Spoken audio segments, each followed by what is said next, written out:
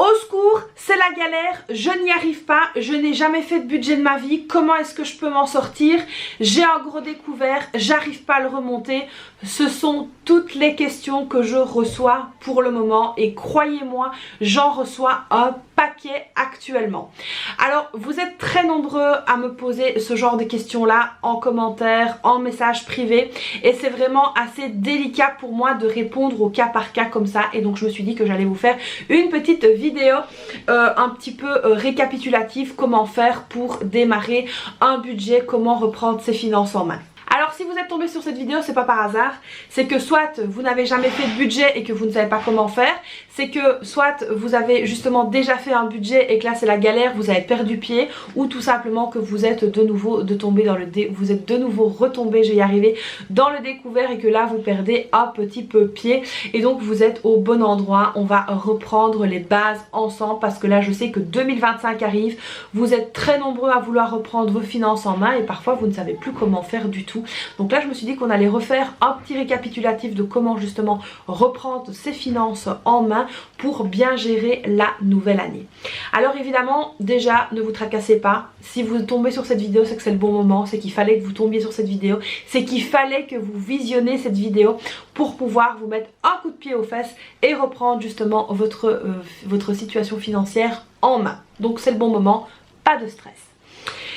La toute première chose, on en a déjà parlé des tas de fois, mais c'est vrai que pour les personnes qui arrivent sur la chaîne, c'est peut-être tout nouveau. Et donc la toute première chose que je peux vous conseiller, évidemment, ça va être de prendre minimum les 3 derniers mois de dépenses pour justement les catégoriser. Alors, qu'est-ce que j'entends par là ? Personnellement, moi quand j'ai perdu un petit peu pied l'année passée, c'est ce que j'ai refait. J'ai repris donc les 3 derniers mois de dépenses et j'ai passé mon temps à mettre des couleurs, à me dire bah tiens, ça c'est la nourriture, ça c'est ce que je dépense en produits de soins et d'hygiène, ça c'est ce que je dépense pour les animaux, ça c'est ce que je dépense pour les enfants. Et donc j'ai passé mon temps à fluorer tous mes extraits bancaires. Alors je ne vous le cache pas, c'est chiant, c'est compliqué, il faut être concentré, donc ne faites pas ça seul déjà. Si vous avez la possibilité qu'on vous aide, alors au départ c'est mon mari qui m'aidait et on checkait ensemble, et puis après c'était donc mes filles, alors elles avaient tout disposé, elles avaient disposé tous les surligneurs sur la table, et je disais les courses, et hop elle me passait celui des courses, je disais c'est ça, et elle me passait ça, donc c'était très facile, et au final c'est devenu un jeu, donc j'ai terminé avec mes filles, j'ai commencé avec mon mari et j'ai terminé avec mes filles, et puis après bah évidemment il suffit de prendre les totaux. Alors pour que vous puissiez faire ça et ne pas vous retrouver avec ça d'extrait de compte sur votre table de salle à manger, que ça vous sorte par les yeux, que vous mettiez tout dans la poubelle, je vous conseille d'abord d'aller retirer le premier mois et puis le deuxième mois et puis le troisième mois pour vos extraits de compte. Ne vous lancez pas là-dedans d'un seul coup, ça va être trop compliqué. Alors comment est-ce qu'on fait justement pour catégoriser ces dépenses? La toute première chose que vous pouvez faire, c'est noter les courses par exemple. Qu'est-ce que vous faites comme courses? Est-ce que vous scindez déjà les produits de soins et d'hygiène et les produits alimentaires? Donc ça c'est déjà un point qu'il faut savoir. Qu'est-ce que vous achetez dans les courses? Est-ce que c'est seulement pour manger? Est-ce que ça reprend donc, comme je viens de vous le dire, les produits de soins et d'hygiène? Est-ce que ça comprend aussi la nourriture pour les animaux? Est-ce que ça comprend peut-être aussi, je ne sais pas moi, un magazine pour la télévision, pour le programme TV, etc. Qu'est-ce que ça comprend exactement? Donc ça c'est vraiment à vous poser, en vous disant bah tiens, quand je prends mon chariot que je vais faire mes courses, qu'est-ce que je mets dedans? Est-ce que ce que je mets dedans c'est seulement pour manger ou est-ce qu'il y a d'autres choses? Ça c'est vraiment très important à savoir. Par exemple, votre lessive, votre adoucissant, etc. Est-ce que vous la mettez dans les courses ou est-ce que vous êtes dans un autre magasin pour chercher ça? Ça aussi c'est hyper important à savoir. Ensuite au niveau des catégories, donc mis à part les courses et ce que je viens de vous citer, on a aussi tout ce qui est beauté. Alors ça c'est vrai que parfois quand on a des problèmes d'argent, on a tendance à mettre ça un peu sur le côté, mais en tant que femme, et ça c'est la majorité en général, vous achetez quand même un mascara, vous de temps en temps, hein, je parle, vous achetez quand même peut-être un rouge à lèvres, vous achetez peut-être de temps en temps une coloration pour vos cheveux, donc ça va faire partie de la catégorie beauté. Alors ça c'est vraiment très important aussi d'avoir une catégorie beauté. On va quand même très souvent au moins chez la pédicure ou des choses comme ça peut être important, peut-être chez le coiffeur, peut-être faire un solarium ou j'en sais rien. Ça c'est aussi une catégorie à prendre en compte. Ensuite il y a la catégorie de la santé. Alors ça aussi la catégorie de la santé c'est très important parce que on ne néglige pas la santé, je suis bien placée pour vous le dire, on ne néglige pas cette catégorie. La santé, qu'est-ce que c'est?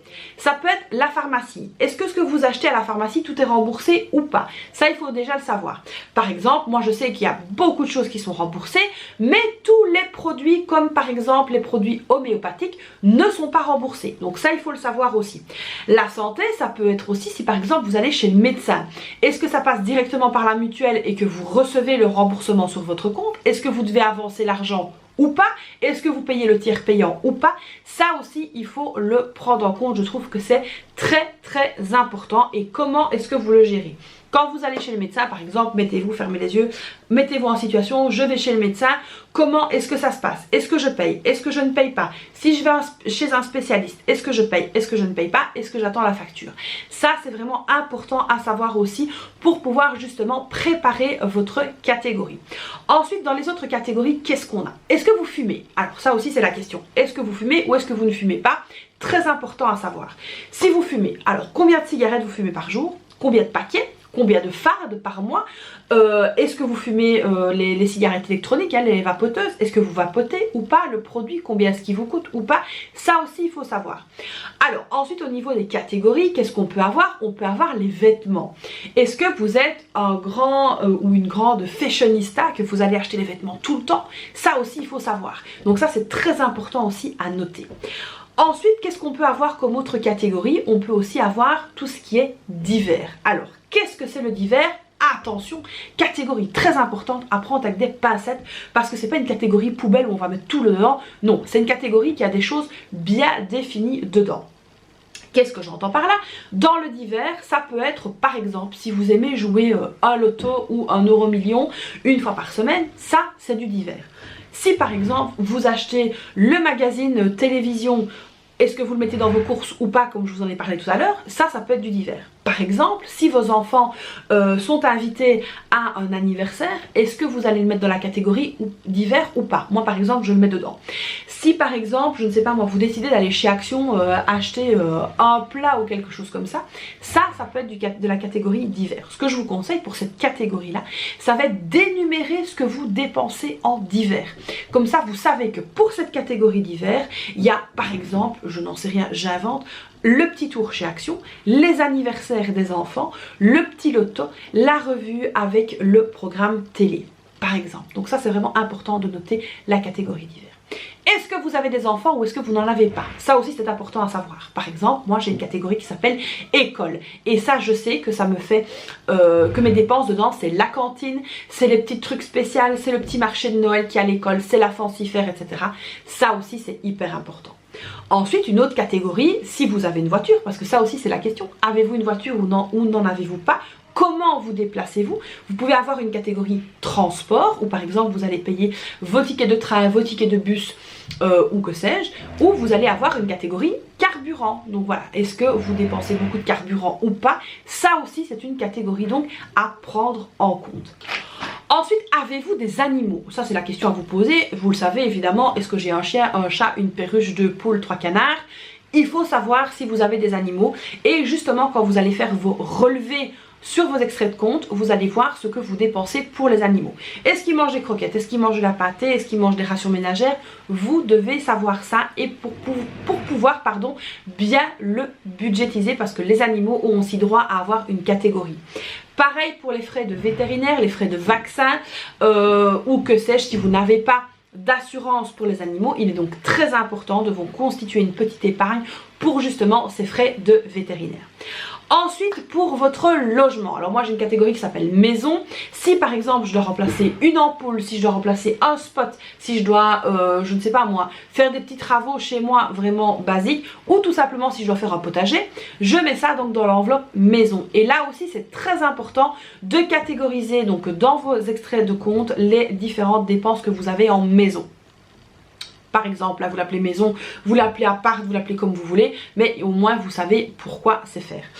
Ensuite, une dernière catégorie qui peut être très importante, c'est la catégorie des sorties et je trouve que c'est une catégorie qu'on néglige. Alors quand on a des problèmes financiers, qu'est-ce qu'on fait? Non, pas de sortie, pas de resto, pas de machin, je ne sors pas, je veux rien savoir. Sauf que dans un mois, vous pouvez me dire ce que vous voulez, vous devez à un moment donné vous dire bah tiens, j'ai pris un café à la machine, je suis sortie avec mes enfants, je leur ai pris une glace. Ça pour moi, ça rentre dans la catégorie sortie et c'est très important à budgétiser stabiliser. Alors, je ne vous incite pas à sortir si vous avez des problèmes financiers, ce n'est pas ce que je vous dis. Je vous dis juste, je tire une petite sonnette d'alarme que attention et un grand attention, si vous avez des problèmes financiers, que vous êtes stressé, que vous avez une charge mentale énorme parce que vous avez ce découvert qui vous pèse, il est très important d'avoir une petite bulle d'oxygène. Une bulle d'oxygène, ça peut être quoi? Tiens, j'en ai ras-le-bol, je prends mes gosses et je vais manger chez Burger King. Ça peut être une petite bulle d'oxygène. C'est pas des choses qui vont vous coûter excessivement cher, parce que je veux dire que pour 30 €, vous pouvez très bien manger là-bas. Mais c'est quelque chose qui va vous permettre de vous évader et surtout, ne culpabilisez pas. Même si vous avez des problèmes financiers, que vous avez perdu pied, que vous ne savez plus gérer, que ça ne va pas, vous avez besoin de ça. Vous avez besoin de petits moments. Alors c'est bien beau, il y en a qui vont vous dire va marcher dans la forêt, va t'aérer, c'est gratuit. C'est vrai, c'est gratuit, ça peut faire du bien. Moi personnellement, quand j'avais des problèmes financiers, si je commençais à aller marcher dans la forêt, je peux vous dire que je ruminais et que ça n'allait pas du tout. Donc du coup maintenant, moi j'ai un autre discours. Si vous ressentez le besoin et que vous avez l'envie de faire plaisir à vos enfants, de faire plaisir à votre compagnon, en allant vous asseoir, manger une pizza dehors pour avoir un petit peu de charge mentale en moins et pour avoir une heure où vous pensez à rien, faites-le. C'est très important. C'est grâce à ces petits moments, à ces petites bulles d'oxygène que vous allez justement pouvoir continuer à garder le cap de vos finances. Ce que je vous dis là ne s'adapte pas à tout le monde, mais c'est pour vous déculpabiliser parce que je sais, et j'ai reçu beaucoup de témoignages à ce niveau-là, de personnes qui me disaient « Oh là là, j'ai craqué, je suis allée manger un resto, je n'aurais pas dû, je suis à découvert. » Eh ben tu sais quoi, c'est pas grave. C'est pas grave. Maintenant, ne fais pas ça toutes les semaines, on est bien d'accord. Fais ça de manière raisonnable, fais ça une fois sur le mois, mais si ça peut vous faire du bien, faites-le. Bon, là, on est bon, je vous ai expliqué comment un petit peu gérer vos extraits de compte, je vous ai donné des petits conseils en plus. On continue. La deuxième étape, ça va être de faire quoi? De faire des moyennes de vos dépenses et de vos revenus. Bon, allez, admettons, ça y est, c'est fait, tout est colorié. Vous avez établi les totaux pour les courses, les totaux pour ci, les totaux pour ça. On est bon. Là, maintenant, on va faire des moyennes. Donc, évidemment, comment est-ce qu'on fait? On prend les totaux pour les 3 mois, on divise par 3, on a une moyenne mensuelle. C'est comme ça qu'on doit faire. Pas seulement pour les dépenses, mais aussi pour les revenus. C'est hyper important aussi de faire une moyenne, surtout si vous n'avez pas de boulot fixe, que vous faites de l'intérim et des choses comme ça. C'est vraiment hyper important. Et alors, attention, pour les revenus, on va prendre vraiment une moyenne basse. Et pour les dépenses, on prendra une moyenne un peu plus haute. Comme ça, on est sûr. Donc ça, c'est très important à faire. Qu'est-ce que j'entends par moyenne haute? Si un mois, vous avez dépensé, je sais pas moi, 600 € dans les courses. Puis un mois, vous avez dépensé 400 €. Puis le mois d'après, vous avez dépensé 500. Mettez 500 pour les 3. Ne commencez pas à essayer de diminuer, etc. Prenez une moyenne haute pour les dépenses et une moyenne basse pour les revenus pour avoir vraiment quelque chose de correct et qui se cale à votre manière de vie. C'est très important. La troisième chose, on va parler des supports. Alors, on voit 1001 supports partout sur internet, même moi j'en propose, que ce soit sur mon site en PDF ou que ce soit mon livre en dur sur Amazon, pardon. Choisissez un support qui vous inspire. Je suis pas là pour vous dire prenez le mien, c'est le meilleur, même si je le pense, non je rigole. Essayez vraiment de prendre un support qui vous inspire. Pourquoi? Parce que, alors moi personnellement, j'ai testé des supports avant de préparer les miens. J'ai fait les miens parce que c'est quelque chose qui me ressemblait, quelque chose que j'avais facile d'utiliser. Les supports, j'en ai testé chez plusieurs. Je ne vais pas vous dire les noms parce que ça n'a pas de sens. J'ai testé plein de supports à gauche, à droite, etc. Des trucs à imprimer, des trucs gratuits, des trucs à acheter. Et ils m'inspiraient pas tous. Alors il y avait un effet de mode aussi quand on suivait hein, les budgéteuses au début, donc j'ai suivi cet effet de mode comme tout le monde. Et du coup, je trouvais pas quelque chose qui m'inspirait réellement. Moi j'aime quelque chose qui soit facile, qui aille directement au but, qui aille pas trop de chichi, qu'on ne doive pas recopier 50 000 fois les mêmes montants. Et donc du coup c'est pour ça que moi j'ai proposé les miens, mais évidemment c'est libre à vous. Tant que vous vous sentez à l'aise avec vos supports, c'est le plus important. Donc il faut vraiment des supports avec lesquels vous vous sentiez à l'aise. Si vous êtes à l'aise avec un cahier et un stylo, prenez votre cahier et votre stylo, n'allez pas acheter des supports juste pour dire de les acheter. La quatrième chose, je vais vous conseiller de regarder du contenu inspirant. Alors, il y a des budgéteuses, il y en a à la pelle sur YouTube, vous tapez budget, vous allez en voir 50. Et essayez surtout de regarder du contenu qui colle avec votre manière de vivre. Qu'est-ce que j'entends par là? Si vous allez regarder la nana qui n'a pas d'enfant, qui vit chez ses parents et qui gère son budget alors que vous avez 3 mioches, vous êtes mariés, vous vivez dans une capitale, c'est pas du tout la même chose. Si par exemple maintenant justement c'est l'inverse, que vous êtes seul, etc., n'allez peut-être pas suivre la nana qui a des mioches, ça sert à rien. Essayez vraiment de trouver du contenu qui va vous inspirer et qui va coller avec votre réalité à vous. Essayez justement de trouver des personnes qui ont plus ou moins le même style de vie que vous, qui mangent plus ou moins la même chose que vous. Encore manger, c'est encore un petit peu différent, mais si par exemple vous ne savez pas du tout cuisiner, vous pouvez regarder des vidéos qui vont vous inspirer, qui vont vous aider à cuisiner, mais ça sert à rien d'aller regarder la nana qui est cordon bleu, qui invente 50 000 trucs. Ça va peut-être vous inspirer un moment et puis ça va vous lasser, parce que vous allez voir que vous n'allez pas être vraiment en communion avec cette personne là. Donc vraiment je vous incite à regarder du contenu inspirant, que ce soit sur YouTube, que ce soit sur Instagram, que ce soit sur TikTok, il y en a blindé. Donc n'hésitez pas à chercher quelqu'un qui va vous inspirer et vous parler à vous-même. La 5e chose, ça va être quoi? Ça va être de faire selon ses propres moyens. Par exemple, si vous allez discuter avec une maman d'école et qu'elle va vous dire « Oh moi, tous les mois, je dépense 250 € de vêtements » et que vous avez un gros découvert, vous allez peut-être vous dépenser 50 € et peut-être pas les 250 comme la nana. Donc faire vraiment selon vos moyens à vous. Ce n'est pas parce qu'une créatrice de contenu va vous dire « Moi, j'ai tel budget course » que vous devez avoir la même chose. Vous faites vraiment par rapport à vous, par rapport à vos revenus, par rapport à votre mode de vie. Alors, c'est vrai qu'il y en a beaucoup sur mon groupe Facebook, d'ailleurs si vous n'y êtes pas je vous invite à nous rejoindre, c'est mieux gérer son budget, où on échange de plein de choses. Il y a des personnes qui vont vous dire ah mais comment tu fais, comment ça se fait que toi t'arrives à 350 € de budget course et que moi je suis à 600. Alors déjà attention à ce genre de réflexion, parce qu'il y a tellement de facteurs qui entrent en compte, la localisation, l'enseigne où vous allez faire vos courses. Alors évidemment un budget course d'une famille avec 3 enfants ne sera pas le même qu'un budget course d'un étudiant qui vit tout seul dans un cote, même à Paris peut-être. Donc il faut vraiment faire attention quand vous allez exposer votre budget sur le groupe, ou que vous allez voir un petit peu comment ça se passe chez les autres. Tout le monde n'a pas le même budget, à savoir que par exemple moi je fume pas, mais il y a des gens qui me suivent qui fument par exemple, donc déjà là on n'a pas le même budget. Nous par exemple on ne boit pas d'alcool, il y en a peut-être qui aiment se faire des petits apéros une fois de temps en temps, donc là aussi le budget n'est pas le même. C'est vraiment très très important de faire attention et de faire selon vos moyens. La 6e chose, c'est que je vais vous inviter à tester les méthodes. Est-ce que vous allez être plus team je paye en espèces ou je paye en carte bancaire? Est-ce que vous allez plutôt vous dire bah moi je suis 100% virtuel et d'autres moi je suis 100% en gestion papier? C'est vraiment très important de trouver donc la méthode qui va vous convenir à vous et pas celle qui convient aux voisins ou à celle que vous regardez à travers votre écran. C'est très important aussi de prendre donc une méthode qui va vous inspirer, qui va vous parler et qui va vous motiver à continuer. La 7e astuce que je peux vous donner, c'est quoi? C'est lancez-vous. Vous n'avez rien à perdre, vous avez justement tout à gagner. Alors qu'est-ce que j'entends par là quand je dis qu'on n'a rien à perdre? On n'a rien à perdre en essayant de faire un budget, on n'a rien à perdre en essayant de gérer différemment ses finances. On n'a rien à perdre, on a seulement tout à gagner. Qu'est-ce que vous avez à gagner?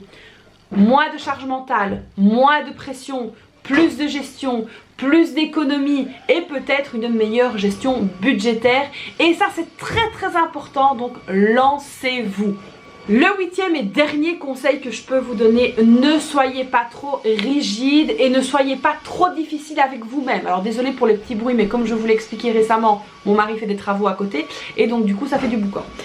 Ne soyez pas trop rigide, ne soyez pas trop exigeant, ça ne sert à rien de vous marteler. Alors moi je dis toujours quand je coach des personnes que lorsqu'on reprend son budget en main ou lorsqu'on prend son budget en main, il y a plusieurs étapes. La première, vous allez stresser, paniquer. La deuxième, vous allez vous lancer. La troisième, ça va bien fonctionner. La quatrième, vous allez vous planter. Et la cinquième, vous allez reprendre d'une main de maître et là, vous n'allez plus lâcher. C'est vraiment 5 étapes par lesquelles vous allez passer.